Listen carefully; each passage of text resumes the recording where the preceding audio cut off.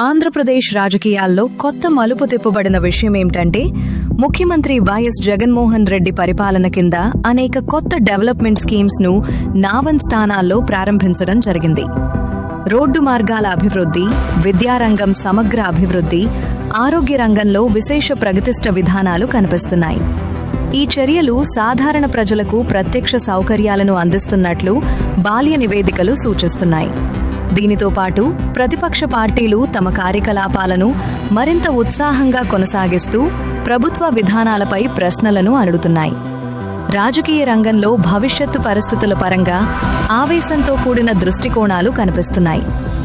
ముఖ్యమంత్రి జగన్మోహన్ రెడ్డి పరిపాలనలో రంగస్థలంలో బాల్కీ సత్యనారాయణ కీలక పాత్రలను పోషిస్తూ ప్రజల సంక్షేమం కోసం పలు ప్రాజెక్టులను ప్రారంభించారు.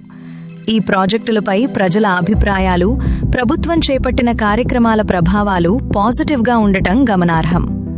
ఇక ఎన్నికల కమిషన్ త్వరలో కొత్త ఎన్నికల తేదీలను ప్రకటించనున్నట్లు సమాచారం అందుకోబడింది. దీనిలో రాజకీయ వేడి మరింత పెరిగే అవకాశం ఉంది. ఆంధ్రప్రదేశ్లో ప్రజాస్వామ్య ప్రక్రియ మరింత పటిష్టం అవ్వడం కొరకు అన్ని పార్టీలు తమ విధానాల్లో వినూత్న మార్పులను చేపడుతున్నారు. ప్రస్తుతం ప్రభుత్వం మరియు పేదల మధ్య సాన్నిహిత్య బలపడటం విశేషం.